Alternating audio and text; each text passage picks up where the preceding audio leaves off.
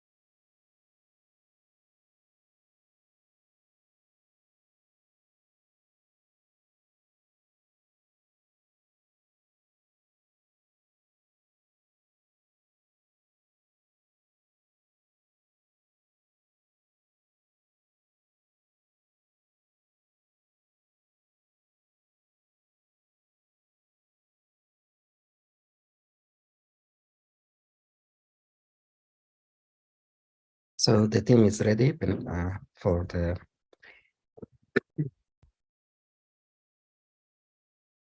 topics. So the presenter for today, we have Dr. Mafaz and Dr. Mounika. I see Dr. Mafaz here, but I don't see Mounika yet. So okay.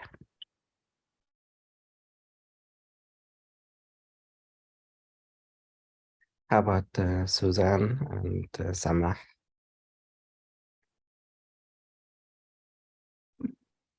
Suzanne and Samah. Sorry, I'm not following. They are supposed to be presenting. No, I'm talking about who will be presenting. Today only Dr. Mafaz, myself, and Dr. Mounika. Okay, I'm gonna share the screen so that I can update the share.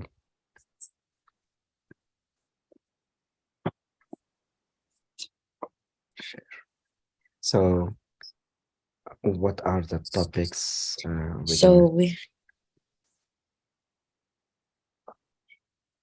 Okay, so the first one was Dr. Mafaz. It's gonna be telehealth. Telehealth and older adults. Yes. Okay. All right, Dr. Mafaz. Okay. And then the evidence-based, that's going to be Dr. Mounika. And temporary plans, we said that's not for today. Yes. Okay.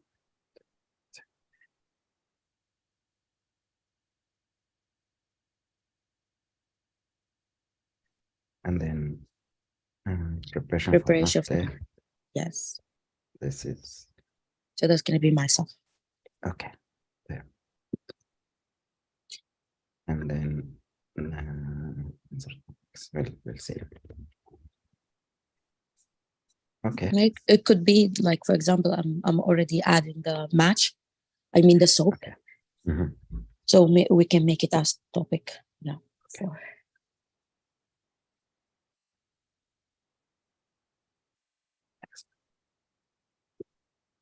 Good. Okay, so we have Dr. Mafaz here for the first, if you would like us to start. All right, let me just start the recording. I start the recording. Yes, I did. So go ahead. Hello, everyone. Welcome to the Zoom meeting, and welcome everyone. Go ahead, Dr. Nafisa. Okay, hello everyone. I hope that all of you doing great, and the mass season is around. I hope that everyone of you is actually hold on that and stay positive. So today is we are the Orange team, and we'll be presenting today 4 topics. The first one in our agenda is a telehealth and older adult that going to be presented by Dr. Mafaz. The second topic for today is evidence-based medicine, and that's going to be presented by Dr. Mounika. The third and fourth topic, that's going to be about the preparation for the match day as well as the soap, and that's going to be presented by myself, Dr. Nafisa. And so let's start with our first topic with Dr. Mafaz. Then let me know if you're ready.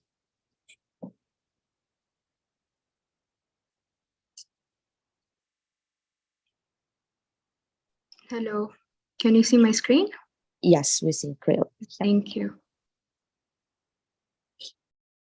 Hello, everyone. This is Dr. Mafaz from the Orange team. I'll be presenting telehealth today.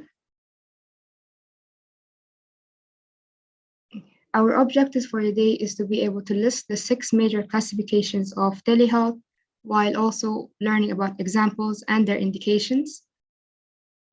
We'll also look into how to prepare our older adults to have a successful video visit while also looking into site, major policy and legal and ethical barriers in geriatric telehealth. According to WHO, it is defined as a delivery of healthcare service when where distance is a critical factor by healthcare professionals using information and communication technology. As of the implementation of telehealth by the national sample of adults aged between 50 and 80 in the year of 2019, only 4% of these individuals had real-time telehealth visits. However, due to COVID-19, there was an increase in this number. Each telehealth modality was shown to be visible and accessible. Some of these modalities include clinical care and education. Clinical care includes asynchronous, which looks into an exchange of health information outside a real-time patient interaction.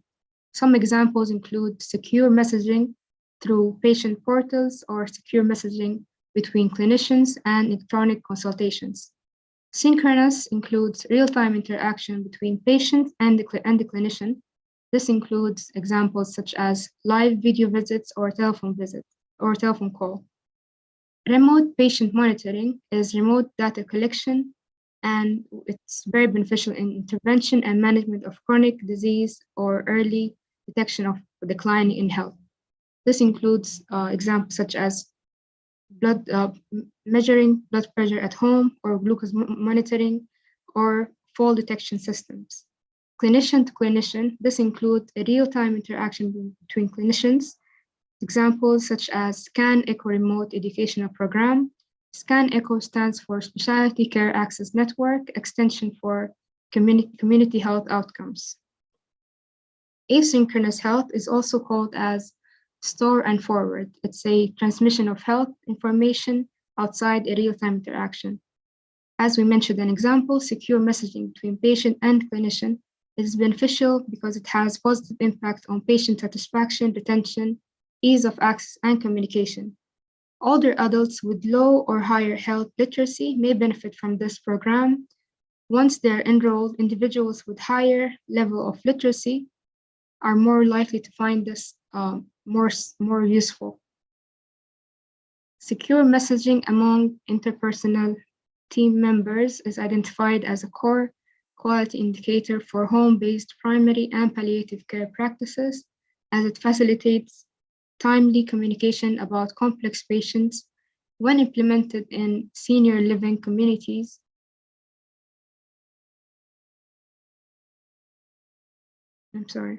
When implemented in senior living communities, it is associated with fewer emergency department visits for ambulatory care and sensitive communication and sensitive conditions. Electronic consultations or e-consult, depending on the perspective, from the primary provider's perspective, it provides the specialist an input of specific questions or problems. However, it may increase the workload as of the time needed to interpret and implement the input is increased. From patient's perspective, it benefits a faster access to care and there's no need to travel to the hospital. However, there is inability to discuss the treatment plan or ask the specialist questions. From a specialist perspective, there's brief input.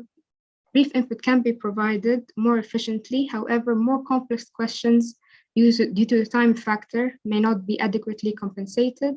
and complex care plans may be difficult for primary clinician to implement. Scan echo. This is part of the synchronous telehealth, clinician to clinician. Scan echo, regular teleconference for primary care clinicians or rural providers who present cases to specialists via video. The specialists then recommend a management plan or provide didactic instructions. Echo care transition, it helps hospital provider communication with interprofessional clinicians at skilled nursing facilities, which may help reduce the length of stay, rehospitalization rate, and costs. Other versions of ECHO has been studied and has shown to improve provider competence and patient outcome. Virtual geriatric or hub and spoke model in which urban geriatric centers provide consultations for rural veterans and their primary care clinicians. Synchronous telehealth evaluation or asynchronous e-consultation and rural provider education through webinars has shown promising early results in improving access of rural veterans to geriatric expertise. Social media may further expand the reach of geriatric education efforts. Also, as mentioned, during the COVID-19 pandemic, many geriatric education programs was converted into webinars.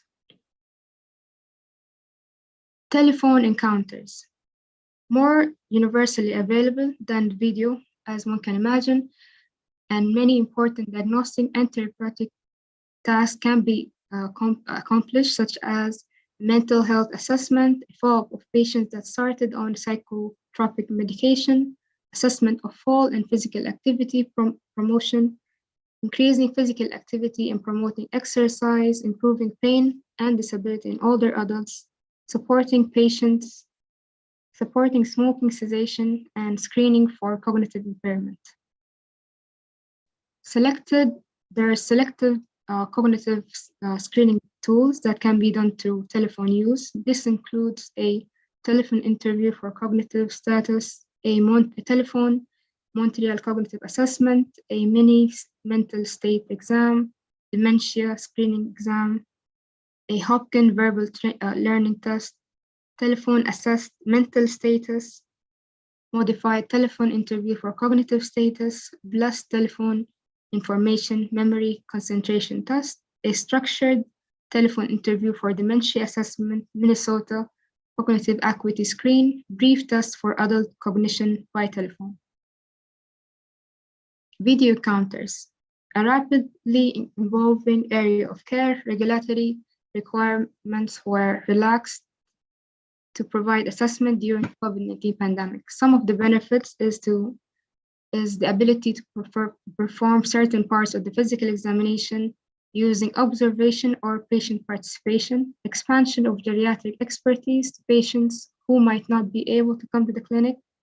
Limitations include technical literacy needed to operate the video technology, challenges of establishing rapport without an in-person visit. The steps needed to prepare for a video visit when done with an older adult.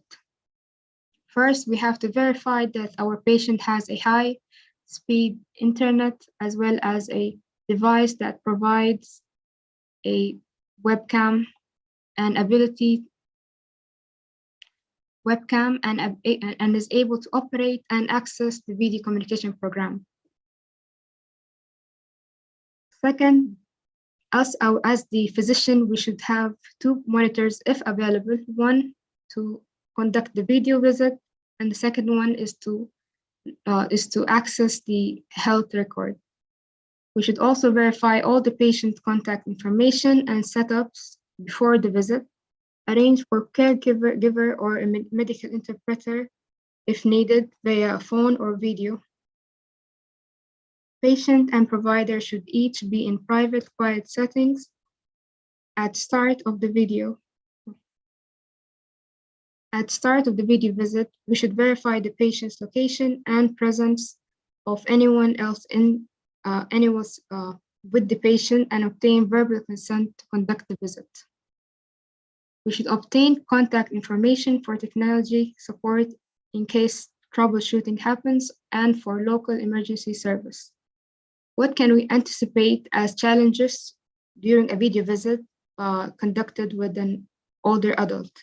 For example, a hearing impairment, which we can overcome by headphones, or vision impairment, which can be overcome by a specific program, for example, magnifying software, or a plain background and high contrast, example, black on white for any text. Cognitive impairment, caregiver assistance, or simplified program. Connectivity and speed. In such case, we will need a landline for audio or converting the video call to a telephone instead. Adapting the geriatric 5 M's for age-friendly video visit. The 5 M's include what matters, medication, mentation, mobility, and medical multi-complexity. What matters and how to assess it during a video visit includes advanced care planning, caregiver burden assessment, observed home environment to learn more about patient's life. Useful tools include prepareforyourcare.org. Medications, it's important to assess the medication and their medication setup. A useful tool would include Bear's criteria. Mentation, we can assess the cognition by cognitive screening, delirium screening, mood and mental status. And then we have the useful tools such as MMSE or the audiovisual MOCA. Mobility, we can ask the patient to perform chair stands or observe their gait. We should also observe their home environment and potential fall hazards and durable medical equipment. Useful tool is a 30-second chair stand. Multi-complexity, assess the patient's priorities when addressing multimorbidities. Conduct a frailty assessment based on history and observation. Useful tool includes patientprioritiescare.org. Remote patient monitoring. It has been used on a large scale within the VA for chronic disease management, primarily in older adults. It results in fewer hospital admissions and less time spent in the hospital in the year after enrollment. More generally, data are mixed about impact on outcomes. Evidence is limited for improvement in hypertension. However, older adults undergoing cancer chemotherapy have better quality of life and fewer emergency admissions when they are able to report their symptoms electronically before their visits. Reimbursement policy implications for geriatric telehealth. Payment parity between real-time telehealth and in-person services is becoming the norm for private insurance. However, Medicaid telehealth coverage varies by state and may be more limited than a private insurance. Pre-COVID-19, traditional Medicare provided very limited coverage of telehealth. However, after COVID-19 brought a rapid, although temporary, relaxation of Medicare reimbursement criteria, so it became more available for patients. Ethical and legal consideration for geriatric telehealth. When speaking about privacy and HIPAA, we should consider the HIPAA-compliant platform to be used. Patient and clinician should be in private space during the visit. Patient-informed consent for telehealth should be obtained and documented. During COVID-19, no HIPAA violation will be enforced when non-public facing platforms are used in good faith. Licensure, interstate medical licensure compact was introduced in 2017 with more than half of states participating, which allowed eligible physicians to apply for licensure in multiple states at the same time. As of 2018, physicians working for the VA can practice across states lines and in certain US territories. Temporary waivers have been issued in 47 states, allowing out-of-state physicians and in some cases, other healthcare providers practice in their state over telehealth. When we speak about controlled substance prescribing, Federal Ryan-Haight Act practice of telemedicine exceptions requires patients to be in a brick and mortar clinic during the telehealth visit. State clinicians should be familiar with their state's local regulations on controlled substance prescribing. DEA requires clinicians to obtain a separate DEA registration in each state where they prescribe controlled substances. However, during COVID-19, many states and DEA granted out-of-state clinicians the ability to prescribe controlled substances in their state without a separate DEA registration. Supervision of trainees. ACGME allows residents and fellows to participate in use of telemedicine and to be supervised by attending physicians who are involved through telecommunication technology. Supervising clinicians should ensure that trainees have adequate training to deliver effective telehealth for patients with sensory and cognitive impairment. During COVID-19, a teaching physician may use video or audio real-time communication technology to supervise a training. And as with in-person care, attending clinicians can be held liable for care they direct and supervise remotely. Liability and malpractice. The same standard of care that applies to an in-person care applies to a care delivered over telehealth. Clinicians should confirm that their malpractice insurance policy covers services provided over telehealth and within the state in which services are being provided. The reliability of certain physical examination maneuvers over telehealth may be uncertain. There may be greater risk of misdiagnosis. Other potential ethical concerns is the uncertainty about when an in-person clinician-patient encounter is necessary instead of a telehealth encounter.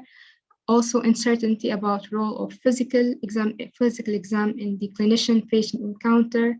Uncertainty about effectiveness of communication via remote modality. Informed consent reflects limited evidence regarding benefits and harms of telehealth in older adults. Equitable access of telehealth. Approximately 10% of US adults remain offline. Being offline is linked to older age and geriatric population due to less education, lower incomes. It is also higher in Black and Latinx ethnicities, rural residents, and is also higher due to higher chance of disability. Telehealth also requires access to an appropriate device and comfort with the technology, or at least a supportive person to help.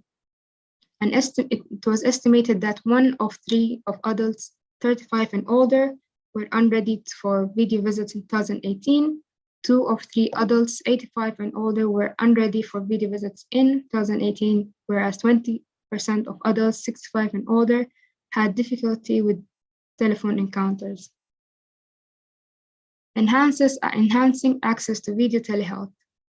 It is very important that an internet access to be available. Therefore, there is federal lifeline programs that offers discounted data plans for low-income households. However, patients may need assistance enrolling in these programs, payment plans, or lifeline programs. A digital literacy.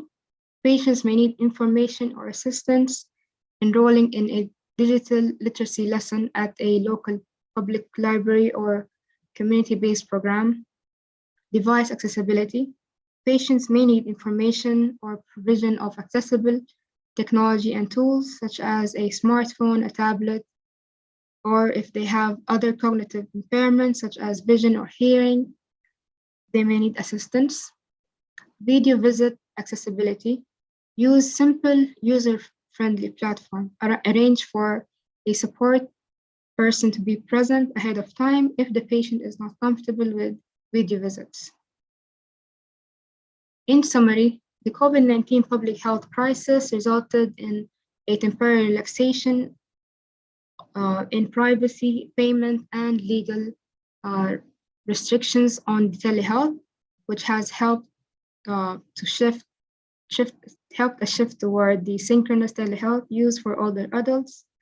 Telehealth modalities include asynchronous, synchronous, or a remote patient monitoring, which may include both asynchronous data collection and real-time feedback or intervention.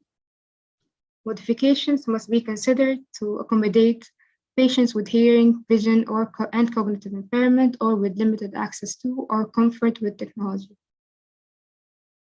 Clinicians should also exercise judgment when deciding whether a telehealth modality is appropriate and achieves a standard of care that is comparable or superior to in-person care for a given situation. Likewise, clinicians should use caution when adapting and interpreting geriatric assessment tools that have not been validated for remote administration. We have 3 cases. Our first case for the day is a 75-year-old woman routinely comes to the office every 6 months for follow-up and renewal of prescriptions. She is due to her next visit. History includes hypertension and hyperlipidemia. She lives independently and has no significant mobility or cognitive issues. She's running low on her medication, but hesitates to visit the office during the COVID-19 pandemic because of potential exposure to the virus. Which of the following is the best alternative to an office visit for this patient? A, asynchronous secure messaging and refill of her prescription. B, home health visit by visiting nurse. 4, remote monitoring to collect data on her blood pressure. Or D, synchronous televideo or telephone visit.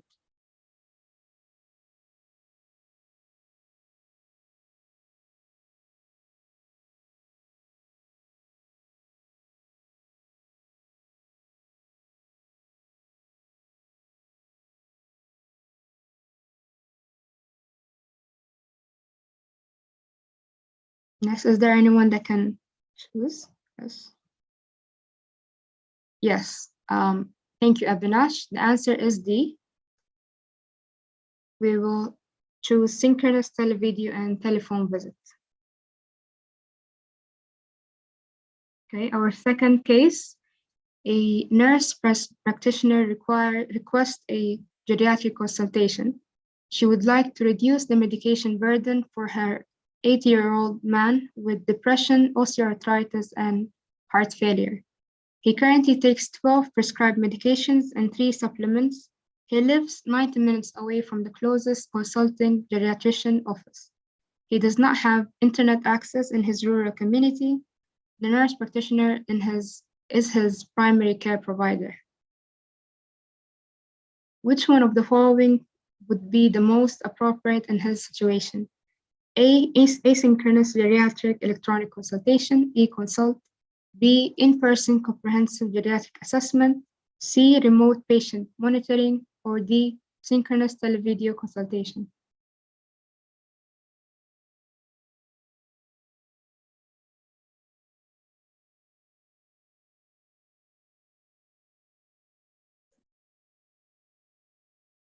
Okay, have B or A. Okay, let's see the answer. And the answer is A, asynchronous geriatric electronic consultation. Thank you. Our last case is a 92-year-old man that has contacted the office. He reports pain, itchy rash on the side of his chest. His description of the rash suggests possible herpes zoster infection. He lives independently in a senior housing that is on lockdown because of the COVID-19 pandemic. There is no nursing care in the building. Residents may not leave unless there is a medical emergency. Which one of the following is the most important consideration in advising this patient? A, hearing loss. B, dual eligibility. C, access to a social worker at the building. Or D, all of the above.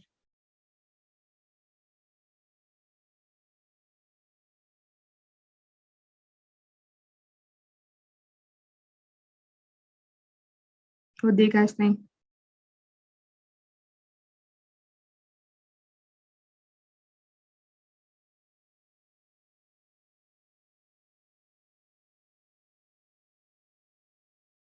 Yes, thank you. And the answer is D.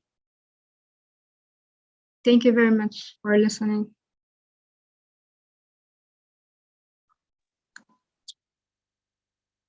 If there's Thank any you. questions about the topic. Thank you so much, Dr. Mafaz. This is great. Thank you. Excellent. Thank you. Thank you so much. And it's an important topic, especially during the COVID.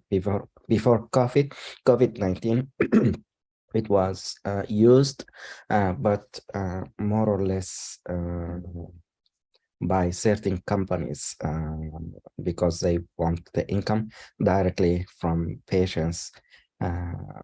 At that time, most of the insurance, they have limitation, very strict. For example, when I started using telemedicine in 2014, I used it in nursing homes. The limitation is that I cannot see the patient the first time with telemedicine. So I need to see the patient in person, and then a follow-up visit can be done using telemedicine. Also, I cannot do more than one visit using the telemedicine in a month. So I have to wait at least 1 month between visits if I want to do that. The payment, I think it was less, I'm not sure. So there is no incentive for physicians before COVID to jump and use the technology. The internet itself in certain places was not the greatest. The devices that uses video conference were not available for everyone. So there are certain limitation before COVID, but when COVID hit, most of these were lifted so that patients can be seen remotely.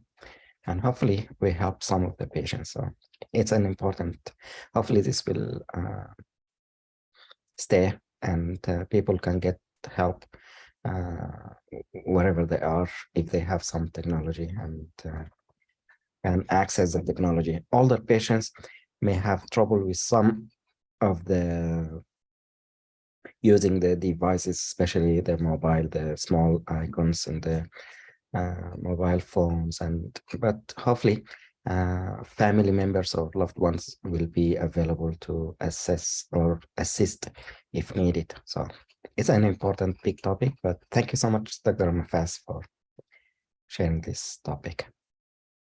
Thank you, Nader.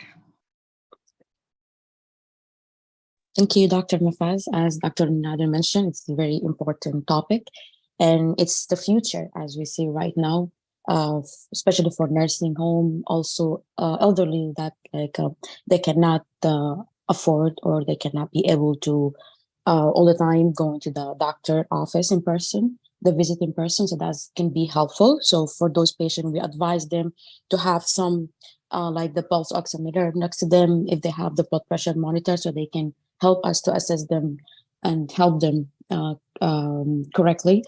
And also for now, for even not just for elderly, for people that they have a busy schedule, they cannot have the time or they cannot out of work. For example, after 5, which is basically most of the office will be closed at that time.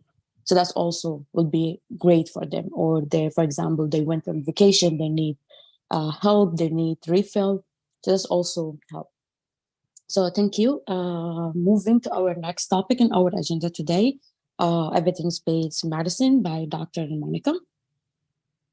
Dr. Mounika, now you can share your screen.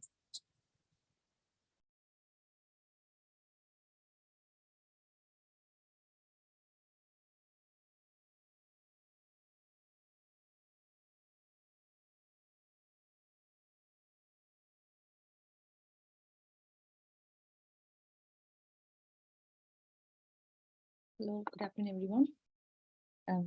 Dr. Nadir, good afternoon. Thank you for this opportunity. So we are going to talk on evidence-based medicine. Is my screen sharing? Yes, you are. Okay. So thank you, Ala, for preparing these slides. So what is evidence-based medicine? So evidence-based medicine is an integration of best research evidence with clinical expertise and patient values. So we have to take in consideration of research evidence, clinical expertise, and patient values together. So this is three balloons that which are coinciding. So that means we have to take all the three factors into consideration when we're thinking about evidence-based medicine. So what is evidence? So the findings from patient-centered clinical research that are relevant to patient care. So we can get this clinical research, the evidence from systematic review and meta-analysis, or applied research from labs, or experimental and observation studies. So it can be any one of them. So we have to get the evidence from these resources. And then clinical expertise or circumstances. So here in clinical expertise, insight and intuition acquired by a seasoned clinician through extensive interactions with patients and seeing the outcomes obtained from various interventions. And then clinical circumstances refer to the setting in which care is provided. Example, primary care facilities, urgent care centers, hospital emergency department, hospice, home care, etc.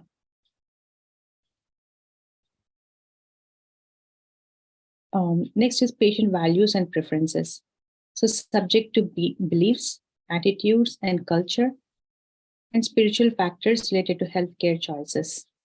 And without input from patients about their beliefs and desires, clinicians run the risk of doing things to patients rather than for patients, to patient rather than for patients.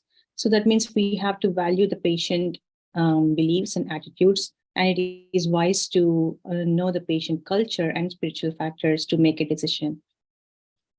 And then steps in practicing ABM are 5 A's. So first you have to assess the patient. So assess the clinical condition and ask questions, clinical questions, and acquire the best evidence. So we acquired the best evidence through systematic reviews, meta-analysis, or observation of clinical trials, and then appraise the evidence, and then apply to this patient care. So apply evidence to the patient care. So that is how we will do personalized care to every patient through the evidence-based medicine. So how we have to get this in practice is by asking these answerable questions. So we will follow the PICO format. So patient or population, that stands for P, and I stands for intervention, and then C stands for comparators, O for outcome. So example here is, what is the best treatment for heart failure? So the question here is best treatment for heart failure, and not following PICO. So P is elderly with systolic heart failure. I, intervention is, it can be either medication or it can be any procedure. So that comes under intervention. C is comparative group. So it can be placebo. Outcome, reduce the mortality. So that is how we have to think. In elderly population, if we use AC inhibitors and compared to the placebos, will it reduce the mortality? So the question here, how we frame is, in elderly patients with systolic heart failure, do AC inhibitors reduce mortality in comparison to placebo. So that is how we follow the PICO format. And then questions concerning clinical evidence. So these are the questions. We know how to do the PICO format now. So we have concerns for the clinical evidence. So how to gather clinical findings properly and interpret them. And then diagnosis, how to select and interpret diagnostic test. Prognosis, how to anticipate patients' likely course. And therapy, how to select treatments that do more good than harm, the most common question. So, and then prevention, how to screen and reduce the risk of disease. And then lastly, education, how to teach yourself, the patient, and the family what is needed. So that is how we will go through from the clinical diagnosis, prognosis, therapy, prevention, and educate the patient.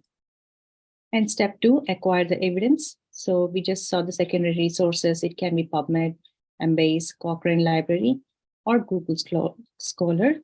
And textbooks are not really considered because we don't have to spend a lot of time referring to all pages, and it's not updated too.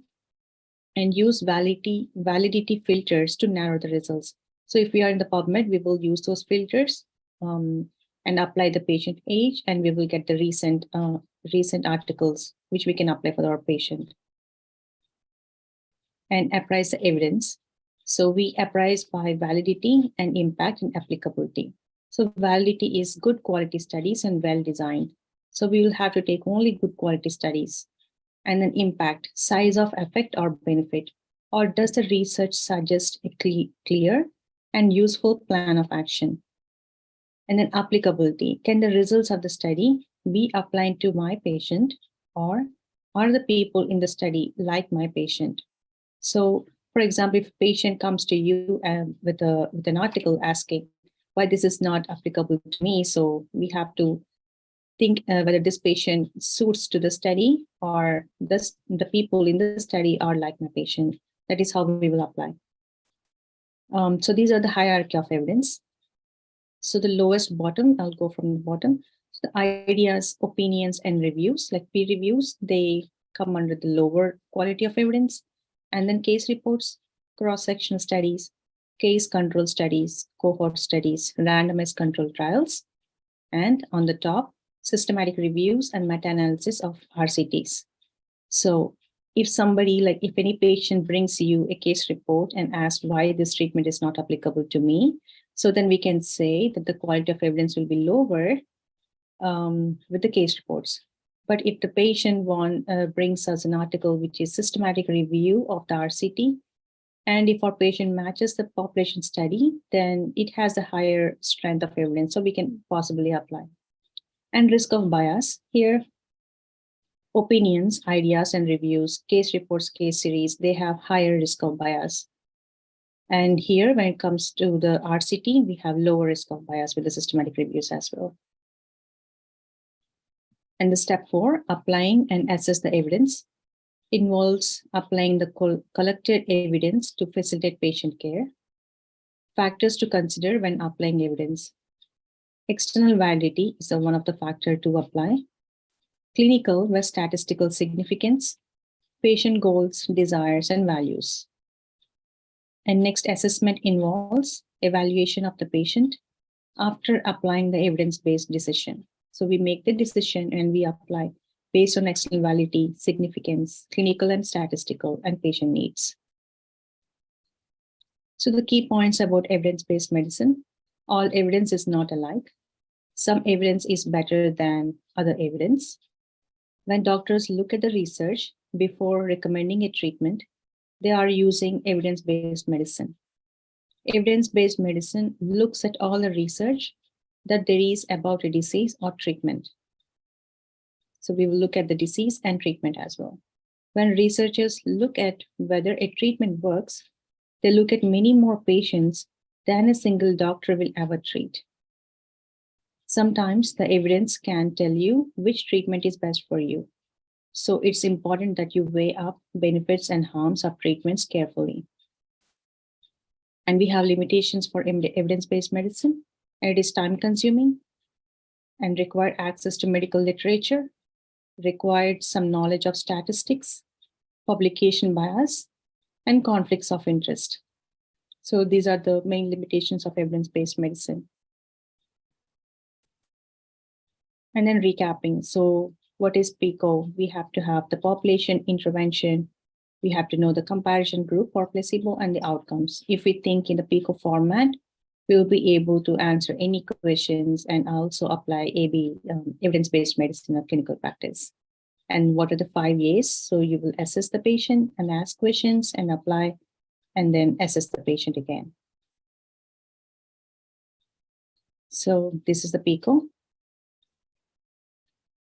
And then we have the clinical scenario here. A 30-year-old female presented with recurrent UTI for the past 8 months. These episodes have been treated with several courses of antibiotics, but keep recurring. She asked if recurrences can be prevented by using antibiotics. So population of interest will be female, 30 years old. So the intervention will be antibiotics. So C is comparison group or placebo, and outcomes is whether the UTIs are treatable, the recurrent UTIs are treatable or not, right?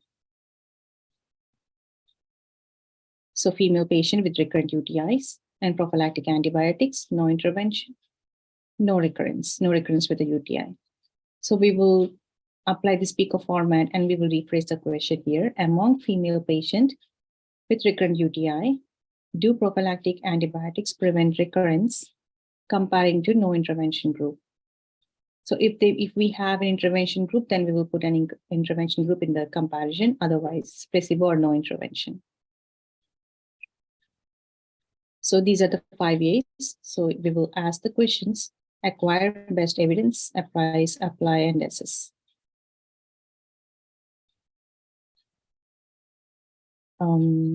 So that is the end of our session of my evidence-based slides.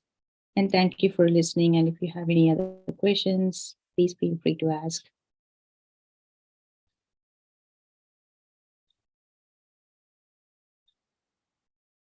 Thank you so much, Dr. Mounika, for this great, excellent presentation. Thank you. Thank you, Dr. Mafaz. Really appreciate it. Thank you, Dr. Mounika.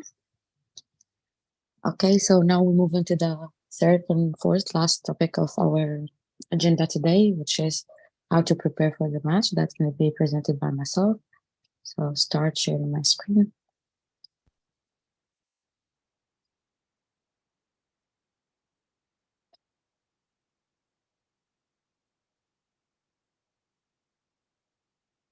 Are you able to see my screen? Yes. Okay, so how to prepare for the match day? It's definitely residency match day. It's an exciting and nerve-wracking time for who are seeking to match into residency program.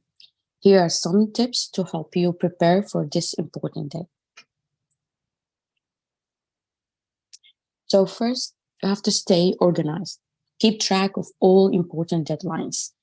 And that's, how I can move this one down. How I can move this. All right. So keep track of all important deadlines, including the date of the match, deadlines for submitting your rank order list, and the date when you will find out your match results. Make sure to stay on the top of all paperwork and requirements, such as completing your medical school graduation requirements, submitting your application, and completing interviews. And I think by now, most of us, we already finished from this process. Rank your preferred programs in the order you would like to attend them. It's very important to be realistic about your chances of matching with your top choice, but also prioritize your preference. So most of the candidate, what they would do, like, I would think I'll be match this program better than this, but they completely ignore that's what they need. So that's very important. Yes, be realistic, but also you have to prioritize your preference. Prepare for match day by ensuring that all your documents are submitted and up to date. So that's very important. You go to the NRMP, you register for the NRMP, you pay the fees, and then you update all the documents. After that, you start your rank order list, and then you certify it. Secondly, networking. Attend events and conference where you can meet program director and faculty member, as well as other medical students who may have insight about the program you are considering. Connect with the graduate from your medical school who are currently in residency program or have completed the residency training. So that's important, that in order to increase your chance for match to your first choice program is to connect with people. So that can help you with the ranking. And also, like when they are having the meeting, they're ranking the resident, so those they can speak about you and highly speak about you, and that will increase your chance. Finally, take care of yourself. Residency match day can be stressful, so make sure to take care of yourself, both physically and emotionally. Get enough sleep, eat healthy, and exercise regularly. Practice stress management techniques such as mindfulness meditation, deep breathing, or yoga. As myself also in this process, I totally understand, and everybody in the situation will be very stressful. And just we have to know that that's not going to help us. The only thing we should just take care of ourselves, and also stay positive. Stay positive and keep moving forward. Stay away from the bad vibes, negativity, drama, anxiety. Just stay positive and focus in your goals. So stay positive. Remember that the match process is not just one step in your journey to becoming a physician. Even it's just a one step. That's what we should remember. It's just one step in our journey to becoming a physician. Even if you don't match into your top choice program, there are still many other opportunities to pursue your career goals. Rest and try to stay calm and relax, knowing that you have put in hard work to get to this point. You did everything in your power to come and to get to this point. So you already went too far. So that you did everything. That's what I want you to remember. Keep an open-minded and continue to work hard, and you will find success in your career.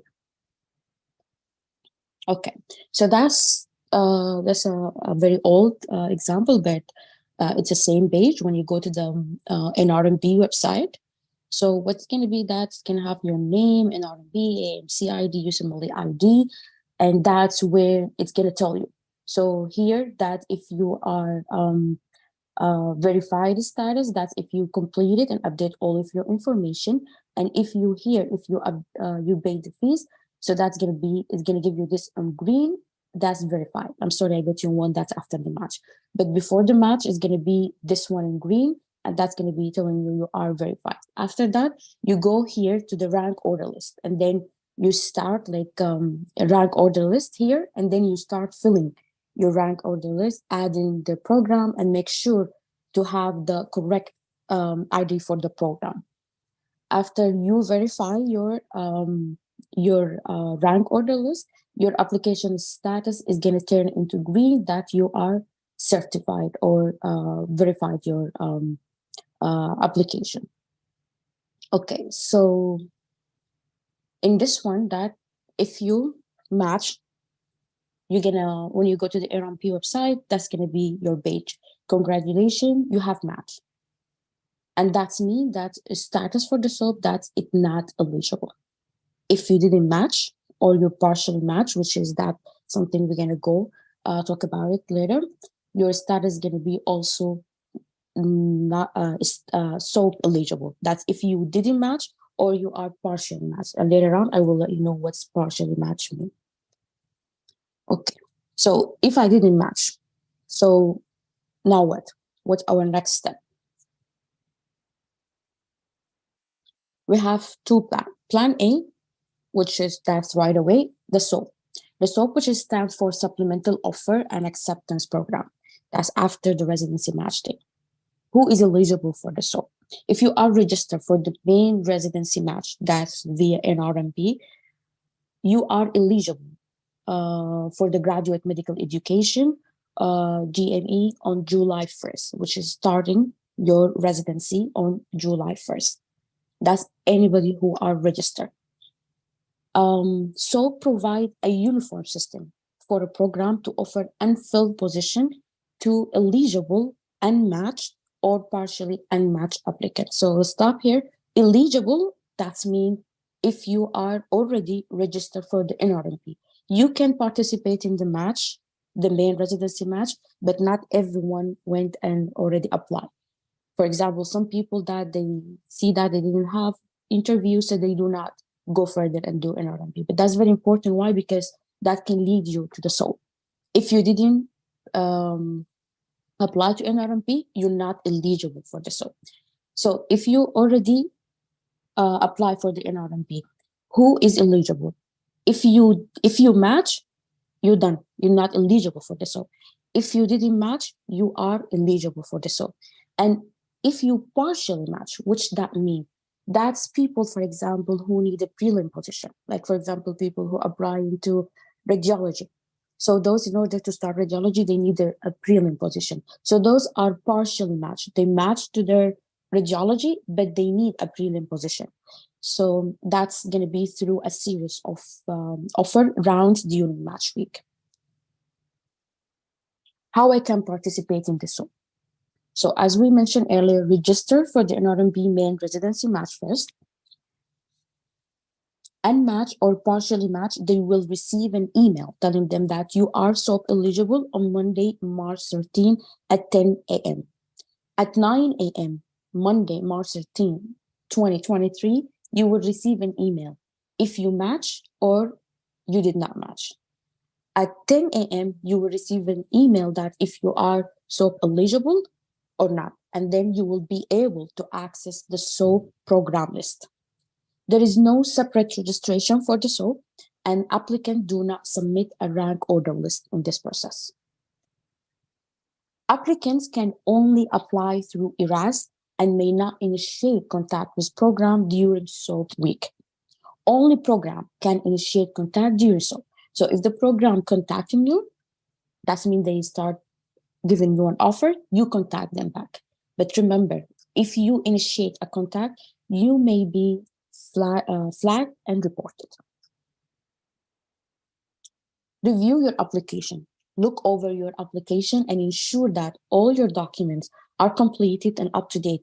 This includes your CV, transcript, USMLE scores, letter of recommendation, personal statement, and any other relevant documents. If, for example, in the main residency, you did not upload those documents before, and especially the only thing that you'll be right now able to access, it's your personal information, which is your name, your phone number, your email, your address. If you want to change your address, that's an opportunity for you. Be prepared to act quickly. The SOAP process is very fast-paced, so be prepared to act quickly if you receive an offer.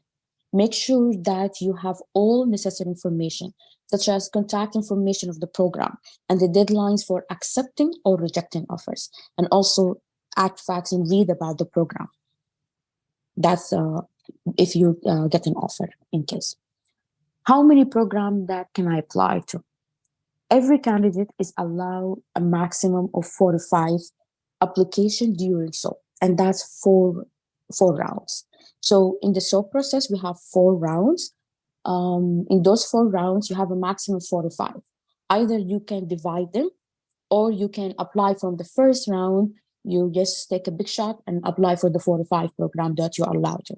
Some people, they are trying, for example, the first round, they will go with 15, and then the second, they will go with 10. So in order to just get chance in the last round. So that's something you just calculate it and think about it and do it. But there is no requirement that you apply from the first round. So what's the SOAP interviews? It's basically similar to the main match season interviews in protocol, but it's shorter in duration. It can be a Zoom meeting, or it can be 5 or 10-minute calls. So make sure that you charge your phone next to you, you have an access to your email because you can get an offer right away. Who gonna call you? It can be from the program director who's giving you a call, the associate, or even the chief resident. If you receive an offer, you need to act very quick and accept the offer.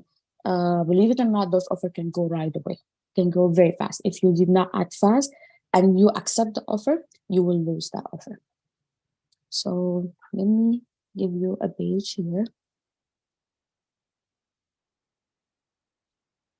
I think I need to stop sharing first and share again.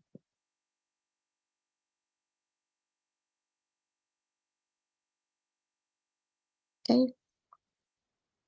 So that's if you go to the NRMB website, basically you log in here, and then that's the main residency match applicants calendar. So that's the registration. As we know, that's for the September 15, that's for the registration through January 1st. So come in here to the rank for the ranking. So the ranking that start on February 1st, that's the ranks open. And I think that the programs, they have the deadline for February 15 to finish their rank order list. But for candidate, your rank order list certification deadlines, it's end on March 1st. So make sure to certify before that time. Match week. So we have on March 13, 10 a.m., That's applicant match status is available. So you will receive an email from 9 to 10 a.m. telling you that if you match or you did not match. And at 10 a.m., that's the supplemental offer and acceptance program begins. So that you will be able, at 10 a.m., you will be able to actually see the unfilled position.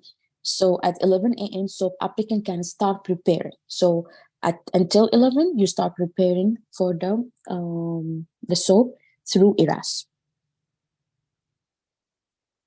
March 14, that's the program begin interviewing SOAP applicants application. So and that's only in this time. I know earlier I mentioned you cannot contact the program, but during this time, it's your actually your chance to start. If you have any people that you know in they have unfilled position, that's your time to use your connection. Use your connection, try to connect with those people, let them know that there is unfilled position and you are interested in this position. That's another way that to contact the program without actually validating or violating any rules. So on March 16 at 9 a.m. to 11 a.m., that's the round one started.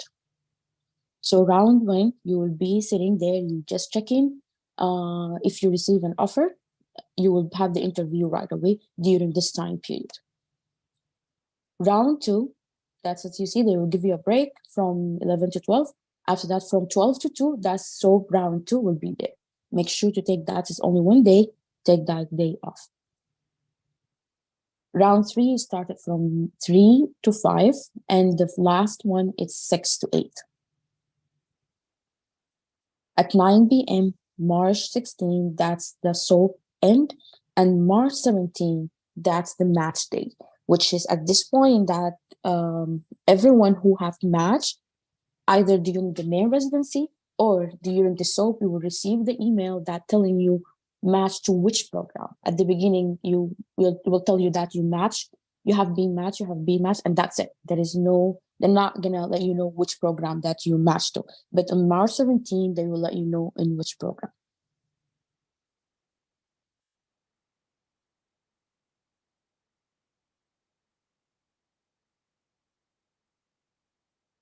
Okay.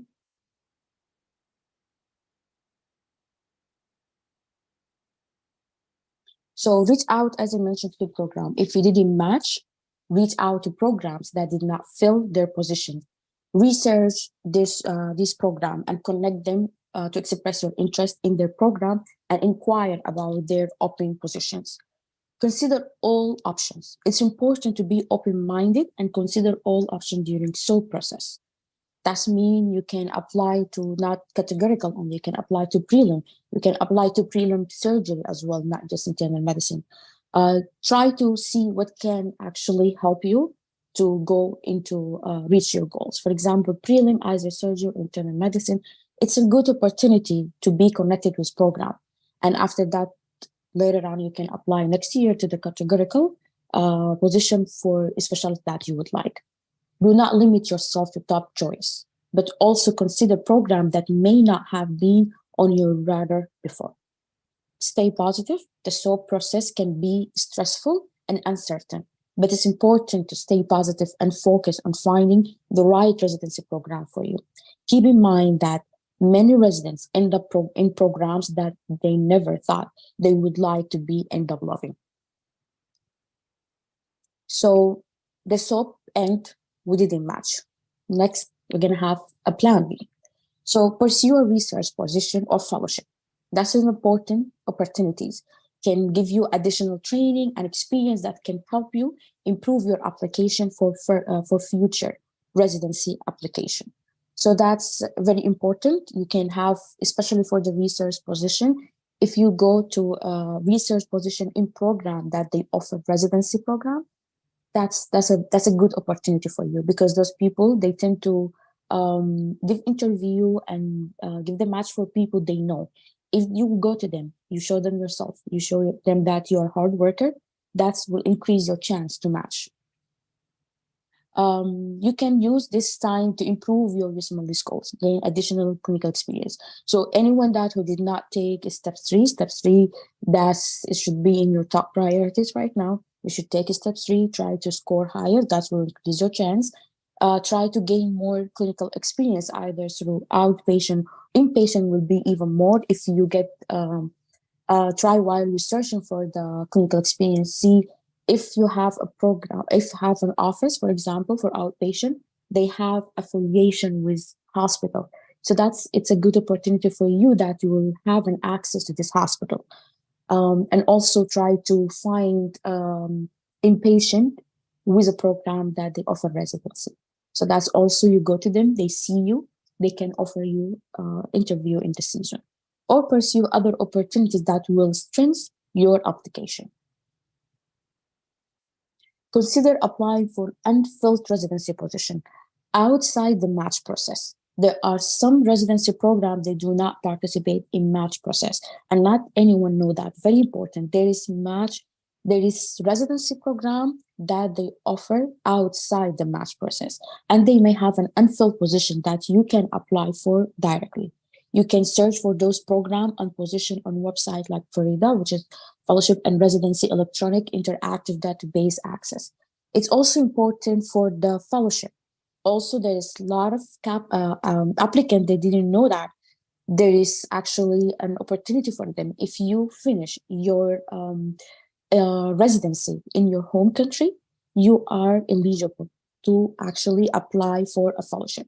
So for fellowship, we have accredited and unaccredited. Unaccredited is as well, it's an opportunity for you to work in the hospital, get to know the system. And the accredited one, that's also in some program they can cut out of your residency year. So like 6 months, the first 6 months of your residency. That's also good because a lot of people, they match to fellowship. They get to know the program and they offer them after they finish in either 1 or 2 years, they give them the opportunity to do the residency in the same hospital. Thank you for listening and dream big, stay positive, work hard, and enjoy the journey. That's very important. Thank you, everyone. Thank you so much, Dr. Nafisa. This is excellent work, and thanks for sharing all this information. I think it's very informative. Any questions for Dr. Nafisa?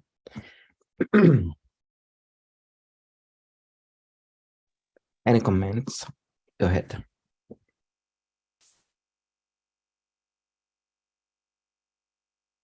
I also forget that.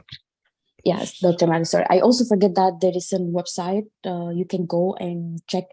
They will guide you step by step how to do the rank. For the rounds for the soap and how to apply and how the offer actually being offered for you. Do you have that link? Let me just get it for you. Sure. Any other comments from the group? Anyone with questions? You can raise your hand or you can jump.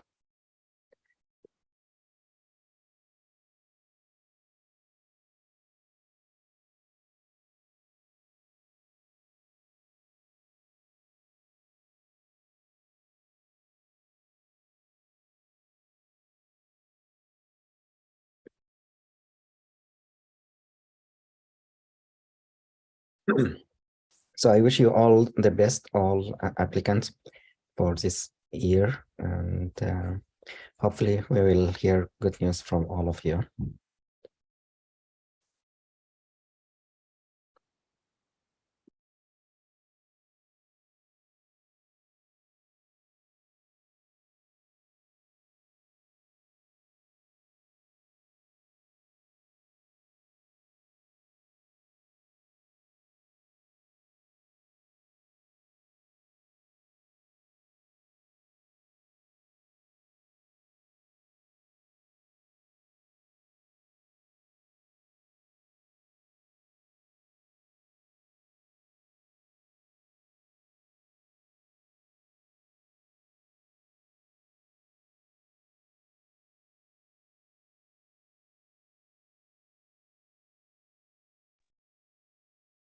while Nafisa is looking for the website, I just want to share with you in the past few years when applicants fellows from this program were discussing the preparation.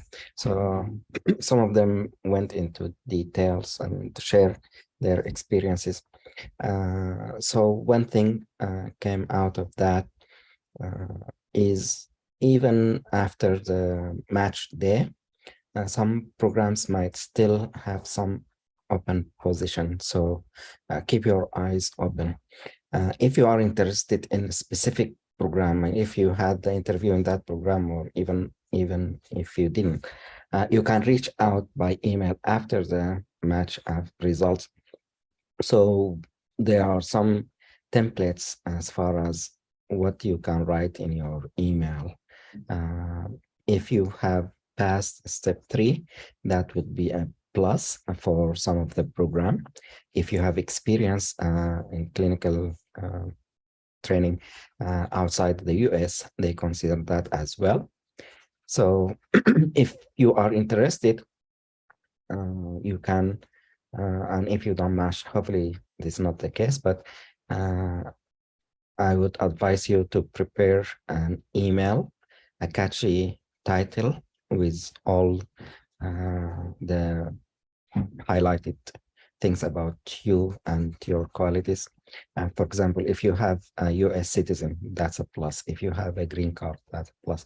If you have 3-5 years of experience, clinical experience, that's a plus. The working at MSU, that's a plus. If you have step 3, so you can mention all this in 1 or 2 lines in your email and put your contact information, so that if the program has one position that's available, they can locate you and call you. Some programs might have accepted some physician overseas is doctors, and they might have issues with visa or family, so they may give them a notice. So from March to June, and this area or time period, sometimes they might have some unexpected empty positions. So this happened to me actually 2 times. First time when I applied to residency, I filled a position that was unexpectedly opened.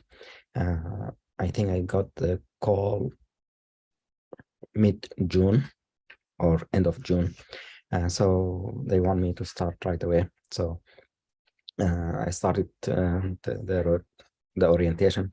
So I have only 1 week to adjust, move from one city to another. And same happened to me the second year. So I sent my email, the things that I just mentioned to you, to all internal medicine in the US, every program. I sent the same message for all of them. And I got two phone interviews from 2 different programs. Also, I think by mid-June. So just as Dr. Nafisa mentioned, be positive.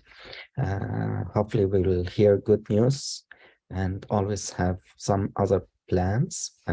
What else can you do? Think about that. We can talk in the future about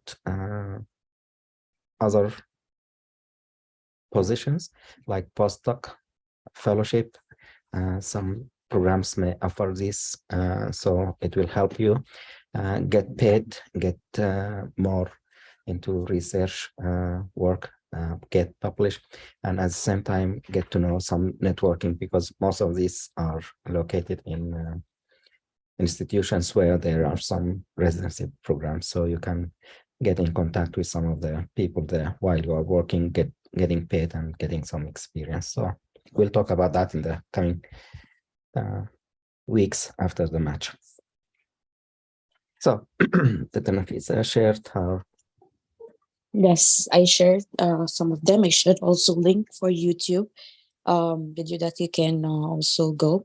And there's last thing that I want to add to you, Dr. Nagi, that's regarding the clinical experience. People, a lot of them, they go just do a clinical experience and that's it. Remember that not all of them it will be, like good for the program director.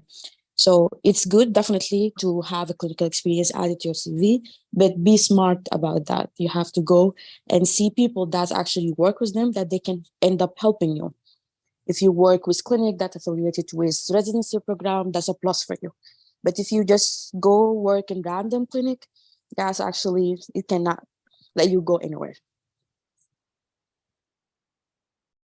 I totally agree. So here's a website where you can find some information more about the SOAP program. It's very hectic or very specific, the timeline.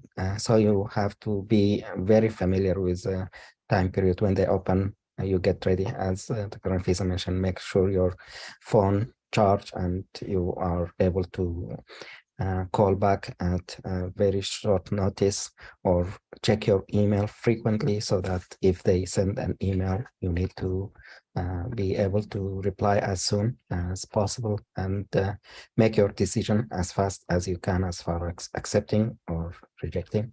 So hopefully you will not need this process, but the SOAP is another opportunity.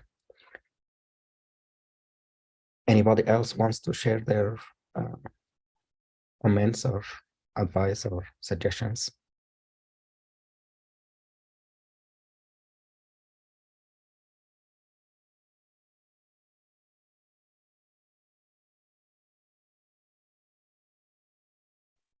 Please feel free to jump if you have anything or add to the chat. So for the next meeting, I'm gonna be working on different topics. I'm gonna share this. So the next agenda will include falls in older adults. We're going to talk about falls in the next meeting and the meeting after about how to prevent this. We'll also touch base on choosing wisely, some tutorials on video recordings, and how to use e-prognosis. So if you have interest in presenting the topics with the team next, I think the pink team will be presenting. So please reach out to the team leader and we can arrange for the next Zoom meeting who will be presenting what topic and so forth. If you have any suggestions for next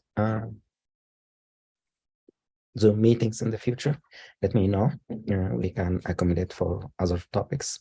I try to focus on the first topic will be about geriatric and medicine in general, in all other, some of the chronic conditions or main conditions that we should know about. But at the same time, we can also add additional topics. Then we will focus on some skills, some outside area like technical things like the video recording. Also, we'll touch base on some of the dental topics, the dental group or the dentist on this group. Please reach out and we'll talk about who will present what topic of interest for you guys. Therapy, Meher, if you're here, we can also talk about what other topics you want to share or discuss. I know you work with therapy team, and in all adults, we can also look at different aspects that would be helpful for the group here. And yes. Last part about the research steps or process, or what can we learn as far as tools that we can use like SPSS or reference management softwares. So these are things that I want every one of you to know, so that when you start your residency, when you apply to other positions, when you go further, all these tools will help you. It's kind of skills that you may need. So it will be handy for you and your team at that point. Mihir, you want to add something? Go ahead. Sorry. Hello, Dr. Nadi. Sorry. Thank you. Yes, for therapy topics, we can focus on several topics covering geriatric area, rehabilitation plus interdisciplinary approach as well. Sure. And I just wanted to comment a little bit about the telehealth presentation we had earlier today. Mhm. That I also like around the COVID time, I have done some telehealth in nursing home, as you know, especially with being like a lockdown with a COVID unit and having a very limited um, access when we had a limited availability of PPE. So at that time, it was a challenging but unique experience with evaluating residents with using telehealth was a challenge. The biggest challenge was those residents who were in a critical condition with their limitations of physical ability and poor poor ability to with delirium, dementia was a very limiting factor, and at the same time having them on the electronic device and talking to them was a challenge. But I think other rehab team, I should say nursing home caregivers, CNAs, and the nurse, they played an important role. They were my eyes and ears at a time to getting more informations and providing care when it was needed. So yes, telehealth is actually like a vital part of our system, our like our settings, also like different settings. So I would say that it was actually a great presentation today, but I would say that we still need to go more into that and get more get used to of that. So Definitely agree. Thanks for sharing the comment thank you, Dr. Nadi. and your experience. Thanks.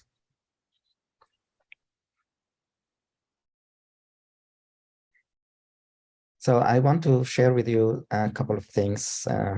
One of them is organizational skills. Maybe you know about these things, but I'm gonna share. So OneNote is kind of one service provided by Microsoft. So if you have Microsoft 365, you may have access to all this Excel, PowerPoint, and Word, and other. But the OneNote is kind of the user-friendly way of keeping your notes. So what I do, I started doing is when I get my emails, I get some emails along with some marketing emails. So sometimes it may be difficult to identify what happened last week. I want to search for a certain topic or things that I want to act on. So what I started doing is when I get my email, let's say I got an email from Ryan Hassan, which is good news that her abstract has been accepted in this neurology meeting. So when I want to go back, I have to remember Ryan is the one who sent me the email, and it was last week and whatever.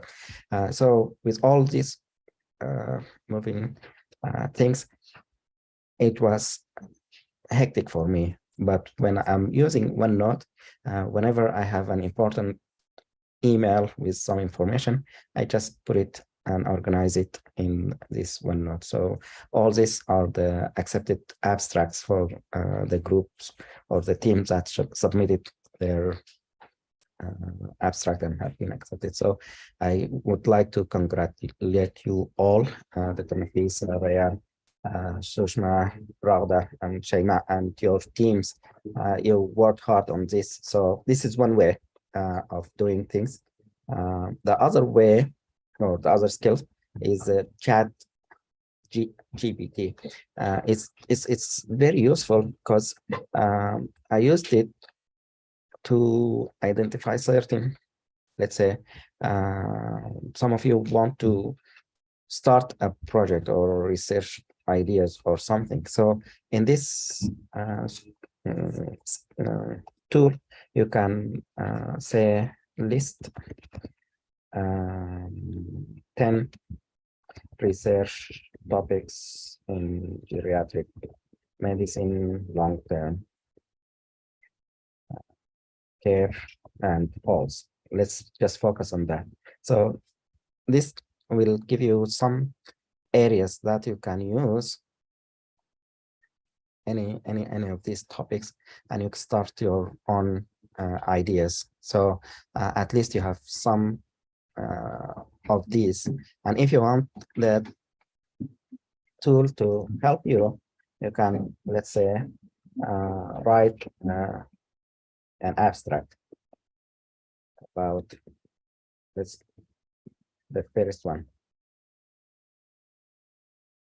and it will start the basic skeleton for you to work on this. It will give you an idea about how you can do this. Can be done as a new method for new patients, subjects, participants, or you can look at the literature, do a literature review. And if you don't like this, you can ask the tool to generate the answer for you. So it can write a different abstract within the same topic. So you can do more than one idea or abstract, and you can collect all this, and then you can fine tune this so that you can at least know what you will be doing. It will collect some of the information. Let's say I want to get references for this. I can say obtain references for, and then I can copy this, put it here. So if I hit yes, it will list some of the references for me for this topic. So I can go and read about these references, and some of them might be old references.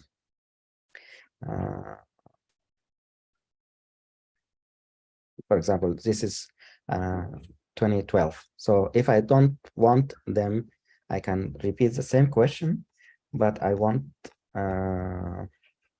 recent ones, let's say, oh, sorry. Obtain references, but I want references within last 2 years, the last 2 years. So it will limit the references here. It will list references, but it will be a recent ones. So 2020, 2021, or 2022, something like that. So it can also help you find some references to start your topic. So you don't have to start from scratch. This is one way of doing it. Another way is to look at topics already written. Let's see. Here are 3 topics that were written. So I can see all this and maybe modify it. Maybe we can look at antipsychotic instead of in hospital, maybe in long-term facilities, and then we can generate something like that. We can talk about chat GPT itself. We can see how people are using it in the past few months. A lot of discussion was generated as far as is it useful or is it a bad thing that people can overuse it or abuse it. So as you can see, I can generate some manuscript or abstract, submit them. I did not do anything. It's done for me.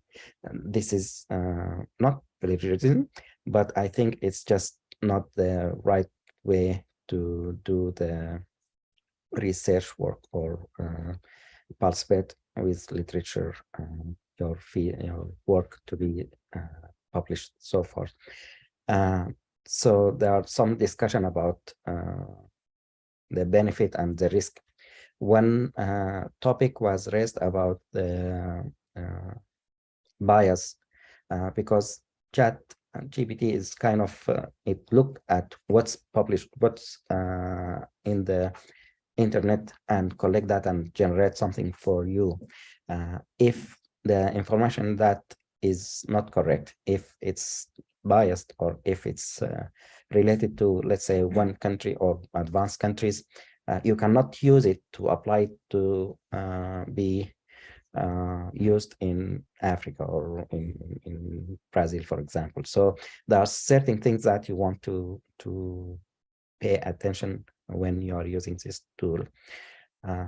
It can be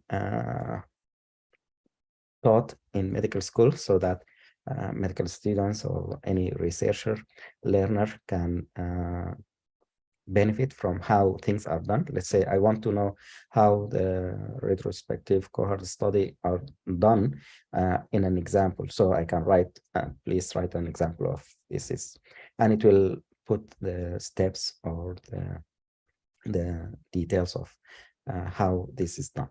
Or you can write outline how I do this. So it will list the steps as well. So it's very, very, very helpful tool, and you can use it and then modify whatever to start with, and then you can have your project idea and first small steps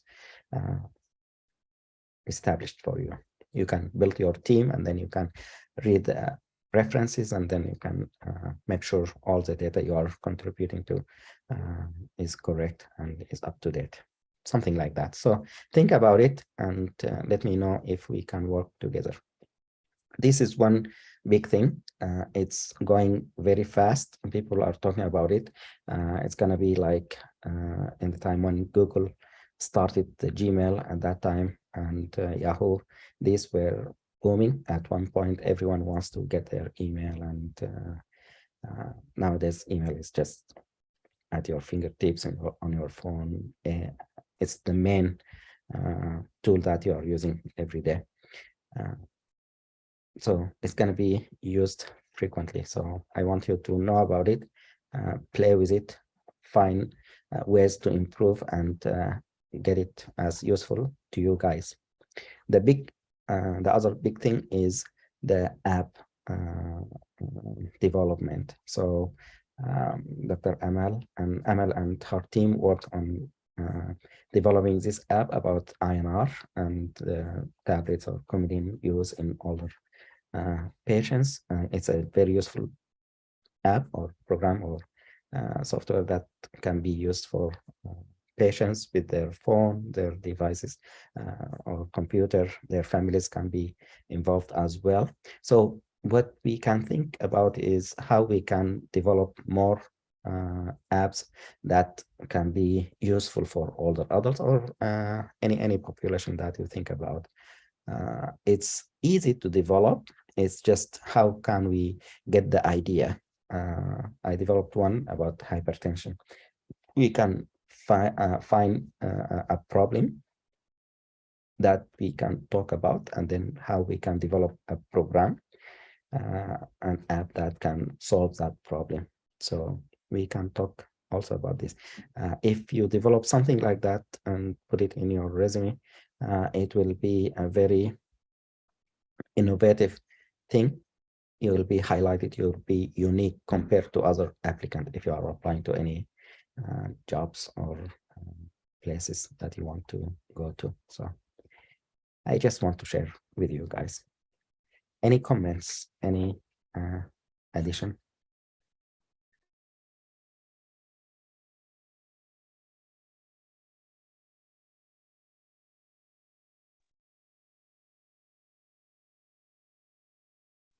If no questions, I'd like to thank everyone present today, and the presenters, and the one who will look at this recording later. Thank you for coming over. I'd like to thank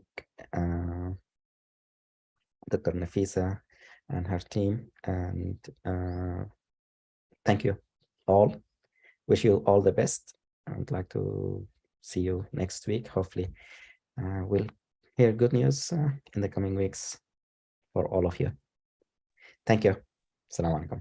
Thank Bye. you, Dr. Nader. Oh, Thank you so sorry. much. Dr. Alaikum Mounika salam. has a question. Go ahead, Dr. Thank you, Mounika. Dr. Nader. Thank you. Thank you. So Dr. Nadir, I have a Yes. question. Yes.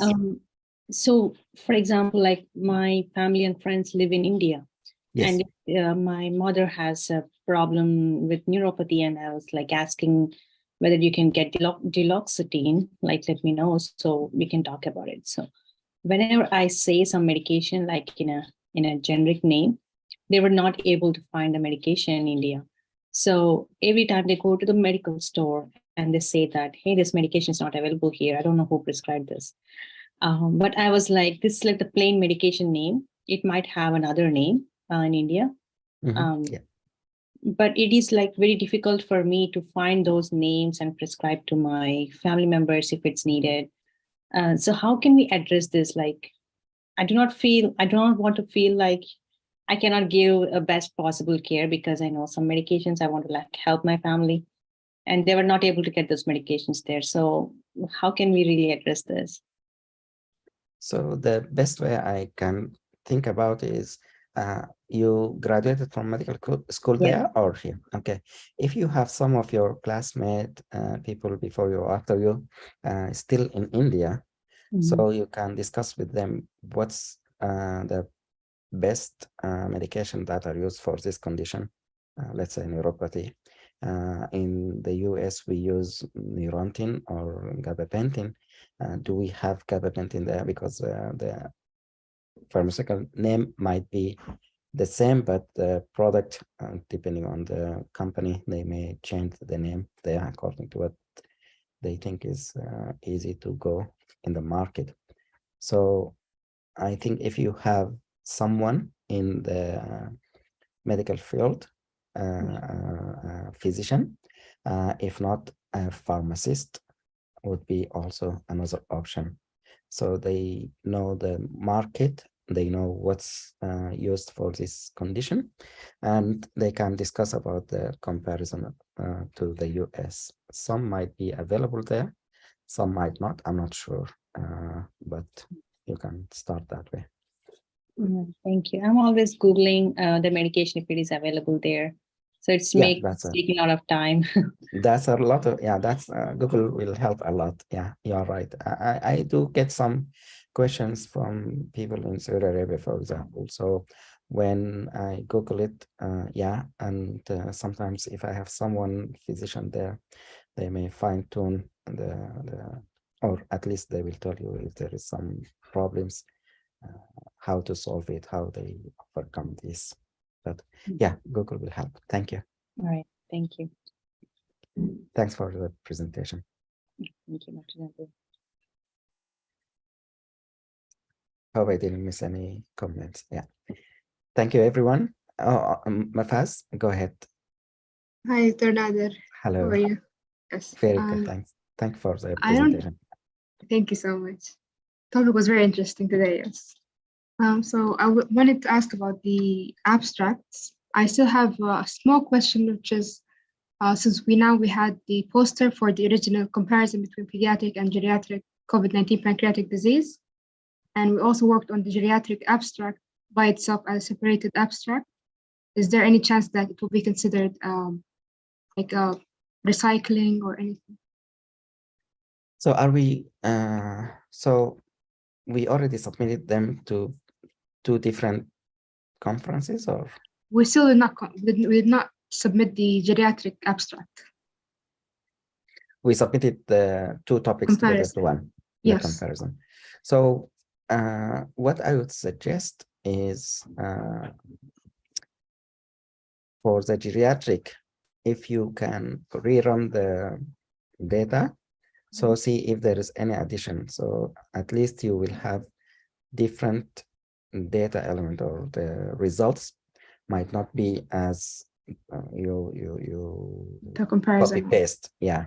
Yes, in we the we started doing that. Yes. Yeah. So if you have new data, then you will have the topic, the title might be different. So it's going to be only in geriatric. And then it will be different from the first study. So Yes. yeah, you can do that. And sometimes some of the conferences, they prefer you to present partial abstract, like let's say I'm starting talking about COVID and something in the hospital here, Spero, I'm collecting the data.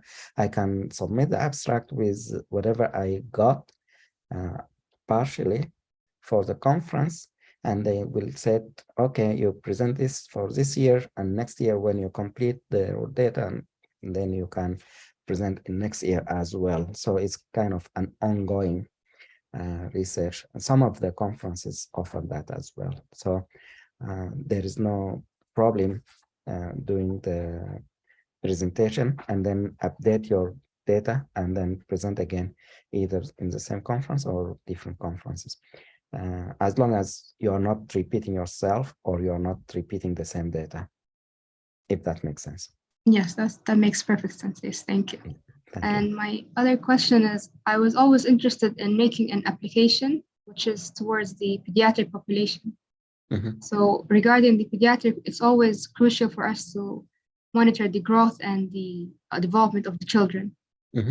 So I think 12 months back, I made a small research about the apps and which apps, like what they didn't have with the available apps. And there were so many apps, like it's available for everyone. Some were for free, some were for some payments. However, whenever we consider the houses and what's available in a house for the children to be, for us to measure the weight or the heights, every house would have a scale, but not every house will have a measuring tape for the height. So for my idea, I was thinking, what if we make the height, like we can measure the height through a more smart way, where the camera itself can measure the height, which is available as a scale. So I was asking if we can use the camera which has a scale. It's available in an app in iPhones or any phones. So I was thinking if we can make an app that has this option, so the parents can, yeah. That would be great. Yeah. So I'm thinking of how to do that, the easier way, the faster way, or the more fun and expensive one that's time consuming and technically appropriate. Because there are 2 ways of doing the app. One is what we call no code, where Amal was able to create and her team the app, which is basically a spreadsheet. You add the titles or the variables, and then the app will be just the interface, which is what the patient or the user will click and move around. But the data, the structure is only a table. This can be done by Glide app or other types of free app that can be learned easy, faster. You can build the app within hours or days. You don't need a lot of help. There are some tutorials about the little bit of the details about how to build it and make it fancier or something like that. But the limitation is that it's a table. So the data will be entered or displayed, and the user will interact with this data. Either they enter it or they get it back. and then you can play with the color, the font. And this is the easier, the faster way of doing things. The other way is the coding system, where you need someone who knows how to manipulate the device. Let's say in this instance, you want the image to be processed and get the height and then measure using the camera.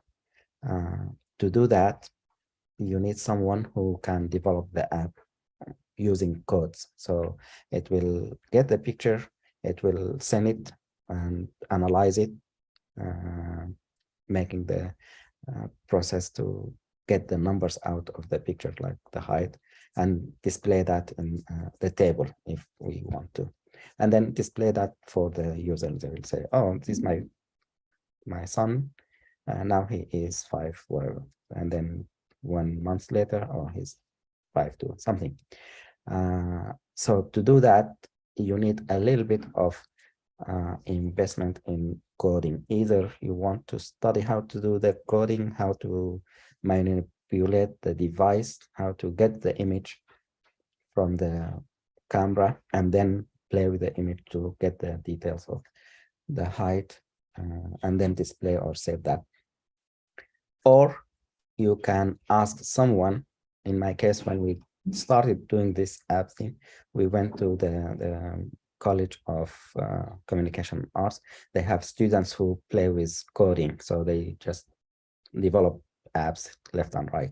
So we asked them to build an app for certain area, but this is their area, their expertise. They know how to, but it costs money, one thing, and it costs time, because they can meet with you, ask you what you need, they play around, come back again, show what they did. You want to modify, they go back and modify whatever, come back, show you. So it's kind of back and forth, time consuming, money wise also kind of costly. So you decide which way, and then we can talk about how we can accomplish that. If you want the second method, I think we need to write for a grant, so that at least you have some support to cover the cost of hiring someone, mostly students, to develop the app for you.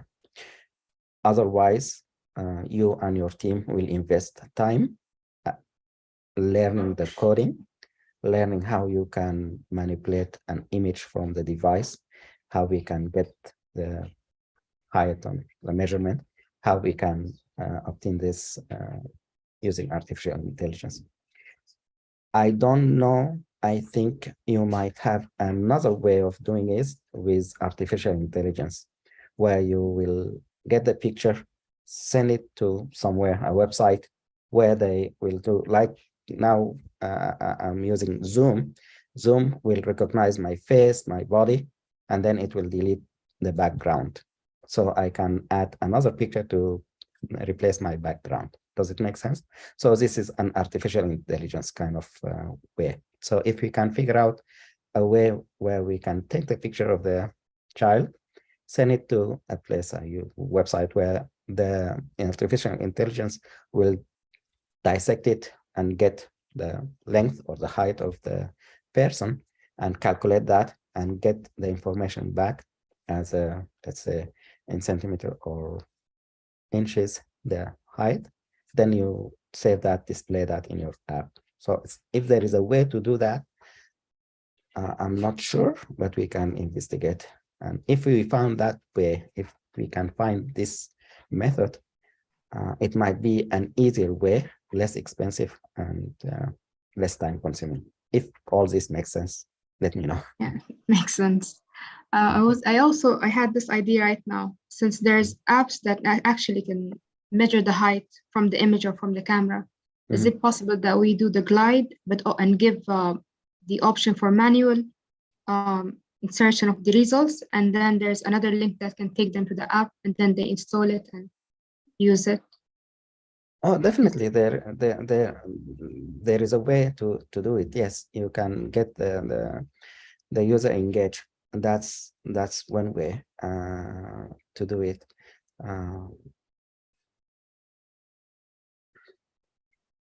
But the beauty of the technology is that the less you get from the user, the best, the better.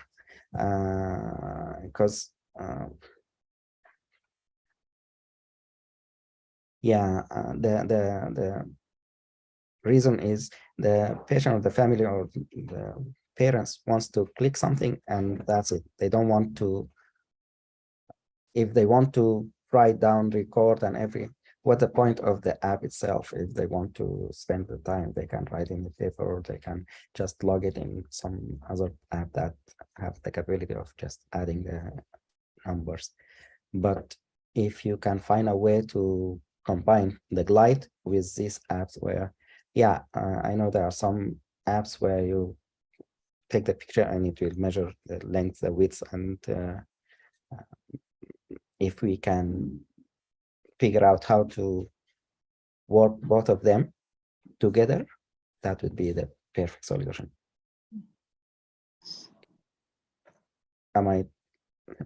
If that makes sense. There is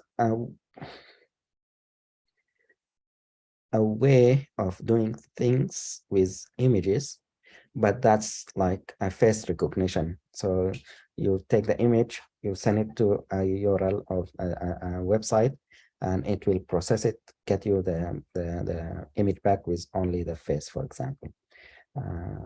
This can be done. I know how to. And if you want to add a text or add whatever, you can do that automatically. So it's kind of, you play around with simple one line and then you modify it and it can be done. But to get the image from the device is kind of needing some way of the app to get into the files and collect that information. So you get the file automatically, not the user hit the file, upload, and so forth. This number one. Number two is how you can send the file and get the result back, like a query or like a notification. Some programs can help with, let's say, I want to send emails from the app. So I set up some, it's called task or something. I want to do the task every day. So for the process, like companies where they want to update their employee about certain events or production or something. So they will set up the emails to be sent at midnight for the next shift next day. So this will be processed and it will go back and forth automatically every night. That can be done. It's easy to learn, but there's some technical issue with your idea. So I think it's a great idea, but it's the how to is kind of the question. Yes, thank you so much. I'll You're try welcome. to think of a way to work this out, inshallah. Inshallah. And with the And let me team, know. yeah. Yeah, if you have a team, we can meet and we can discuss about how we can play around to get this done. If it's a difficult thing, we can think about writing a grant and then see if we can get some support. And if you get the support, you can pay for someone who can write the program for you, the coding part. I think there are a lot of people there who can code, and we can do it here in the US. It's expensive, but we can do it overseas where you can find some good people, students can do that for less money. Yes, thank you, Dr. Nader. You're welcome. Thanks. Go ahead. I think Arich wants to say something, or maybe someone else. Okay. Hi, Dr. Nader. Salam Hello. alaikum. Alaikum salam. Yeah. Dr. Nader, could you please show me how to open the Chat GPT app or the website? Because I sign up sign in for the app, but I don't know how to. So okay, I'm gonna log out here. You see my screen, right? So you log in or sign in or create your whatever email. Yes. I go with Google. I'll go with this one. So as soon as you log in, it will have this as examples for you, what you want to use it and the capabilities of this tool and some of the limitations. So one of the limitations is that it's up to 2021. Anything before that, the data. After that, they don't have the data, but you can overcome that. Okay. So did you reach this page? No, it gives me another page. Maybe because I use the tablet. Maybe that. Maybe the tablet might be a different one. Different. Yeah. Yeah. Okay. Maybe So, just. yeah, I know. But after that, you go after to that, the you new go to chat. this. Yeah, the chat here. Okay. So this is a box where you will say, write me or outline topics or suggest. Okay. I know the other. Yeah, the steps. So yeah. Okay. Thank you so much, Dr. You're Nadir. welcome. Yeah, you're I welcome. really appreciate your help. No problem. Thank you, and let me know how it goes for you. Okay. Have a nice weekend. And thank you too. Any other questions or any other comments from the group here? Hello, Dr. Nadir. How are you? Hello, Dr. Amal. Very good, alhamdulillah. How are you? I'm fine. Thank you so much. So we are doing great as far as building our application in Modular. So I found a way to solve the database problem and save patients' data inside the application. I also involved my team and they are doing great as well. So I think that by next week, we are going to complete the building process and start uploading the application in Google Play Store. Thank you so much. You're welcome.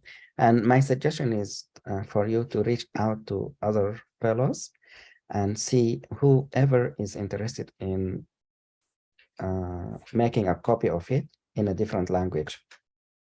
So yes, sure. basically you can find, let's say, the other fellow speaking Spanish or fellow speaking Arabic or Indian, and then see if they can build their team so that they can only translate the headings for you or the interaction messages in that languages or different language. So if, for example, you want to ask about the name in English, name in Arabic, isim in Spanish, whatever. So you're gonna just need this and add them in your app, a different version. It will be the same app, but in whatever language. Otherwise, this will help the other teams put their names, and at the same time, it will help patients or people with different languages. So it might be helpful. Think about it because you already did the hard work. The rest will be changing the database and some of the interaction, like messages, for example, or alert or some of the topics might be just translated using Google Translate or some. Well, that's a great idea, and I think it can be easily done in one day because the codes and the everything is already there. Yeah. So this is a great idea. Yeah, and we can reach to a large patient population.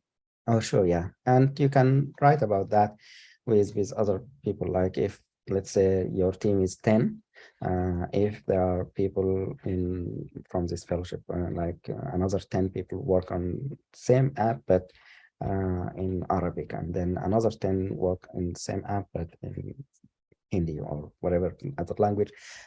If you have 3 teams, you already have 30 fellows involved, or 4 teams, 40, something like that. So for all of you involved, will be adding this into your resume, and you can talk about that in your interviews. You can put it in your emails when you send it to other programs. Hopefully you will match, but these are things that will identify you as a different person, innovative person, thinking about the problems that patients may have, and you want to solve it using technology and up-to-date information. So it's kind of unique for you guys to work on it, and hopefully it will help you all. Thank you. You're welcome, Dr. Nader. And I want to add that actually working with Podular is very nice. Now our application looks like a real application, much more professional than that applied. So we're very excited to completing this application. It looks very nice so far. Excellent, yeah. And when Mafaz was asking about the Glide app or Help idea, I think we can work same idea, Mafaz, using Codular. It's a different no-code kind of app management or developing tool. It needs a little bit of learning in the beginning, and there are a lot of tutorial, as Amal can say, but it has a capability of modifying things around. So you can ask the camera in the device to take a picture, and then you can access the picture, if that makes sense. Yes, and also it allows, sorry about that. No, So go ahead. it allows sharing. It allows sharing to many social media platforms like Gmail, Facebook, Messenger, and a lot more. So this is a very great feature. Yeah. So if you can find a way of, let's say, using Codular to develop the app, let's say you want a parent to take the picture, it will be recorded, and then you already have the file location in the device. You can take that file, and if we have a website where we can send that file to the website and it will process it. Let me see if there is a website that can process image to get length.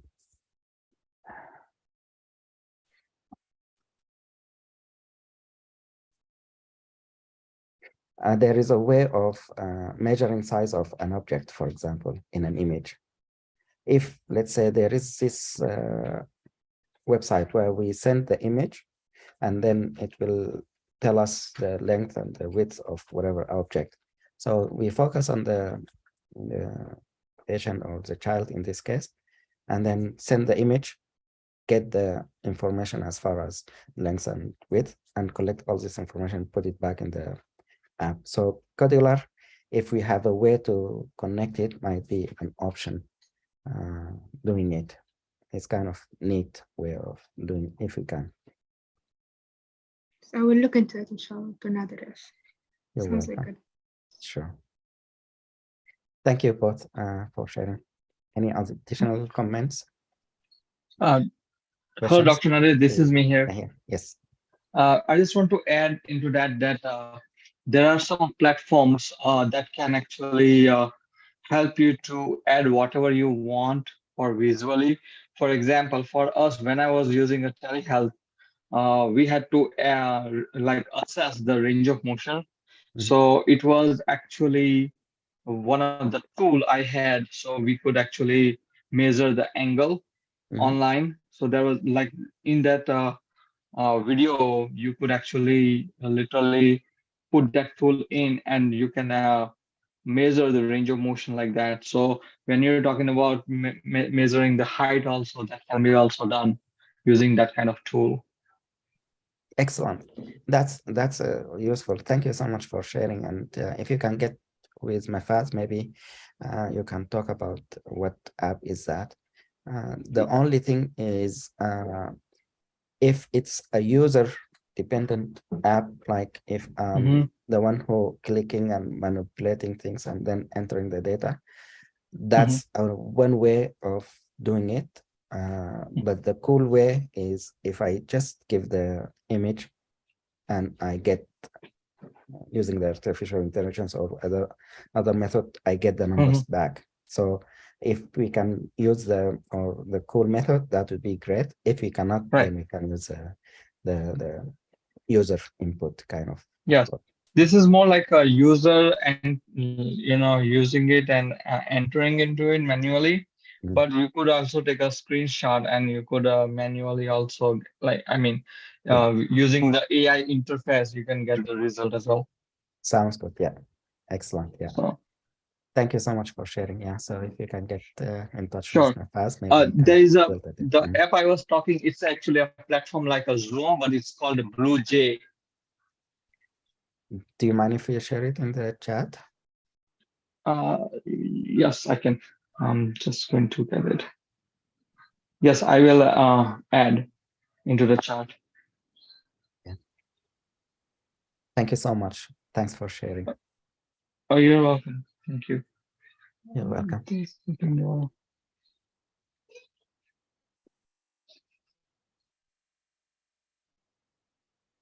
Any other comments from the other fellows or questions, or you want to share any information?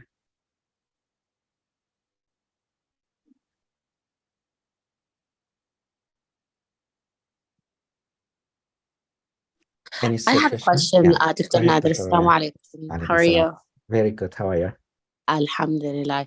I just wanted to ask about so if our abstract, alhamdulillah, like I said, we got accepted by the AAN.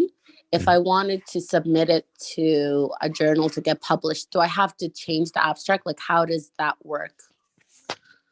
So this is kind of tricky, but it's I can say from my experience in the past is that the abstract itself is kind of summary of your project.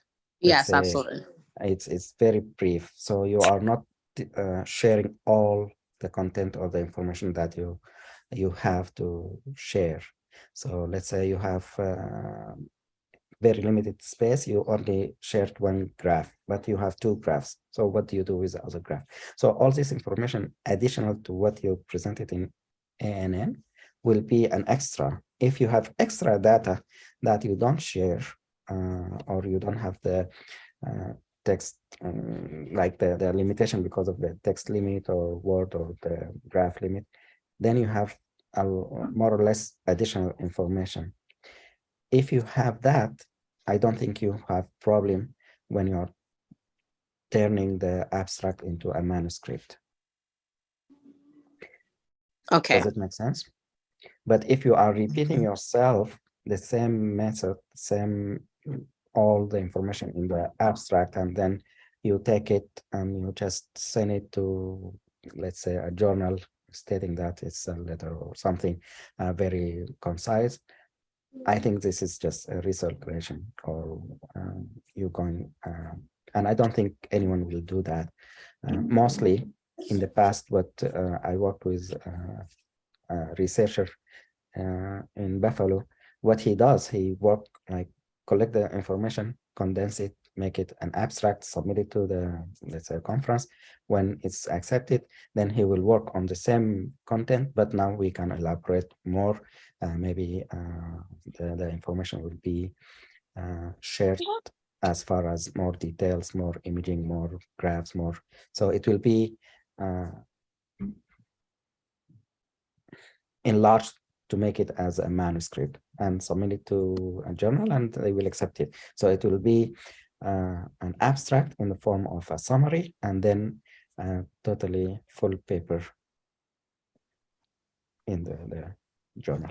Okay, that makes sense. So in that case, then it's not like, oh, sorry, it's not like self-plagiarism if it's done that way. Yeah, no. Okay, And actually, when we started, we had this question because we had one poster that was accepted in AMDA, and then it was talking about, I think, dementia or something, let's say. And we have the opportunity to go to AGS. It's a different conference, and we told them, "Hey, this this abstract has been accepted." And then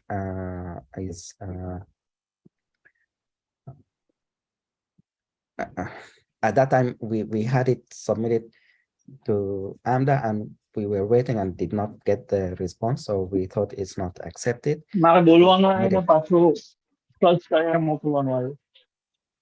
Sorry, Mahir. Oh, so what happened at that time is the AGS told us that no problem as long as you add more information, change the title, change the subject or the some of the content, so it will be different. It's not you are getting the same message or same information you want to share, same data. Does it make sense? Okay. Yeah. Thank you so much, Dr. Nader. Yeah, just because I was just inquiring because so since we submitted the abstract to AAN, that's at the conference, I wanted to also submit the abstract to JAMDIS. So now I'm just going to, like you said, edit it and provide more information. Yeah. Okay. Thank you so much.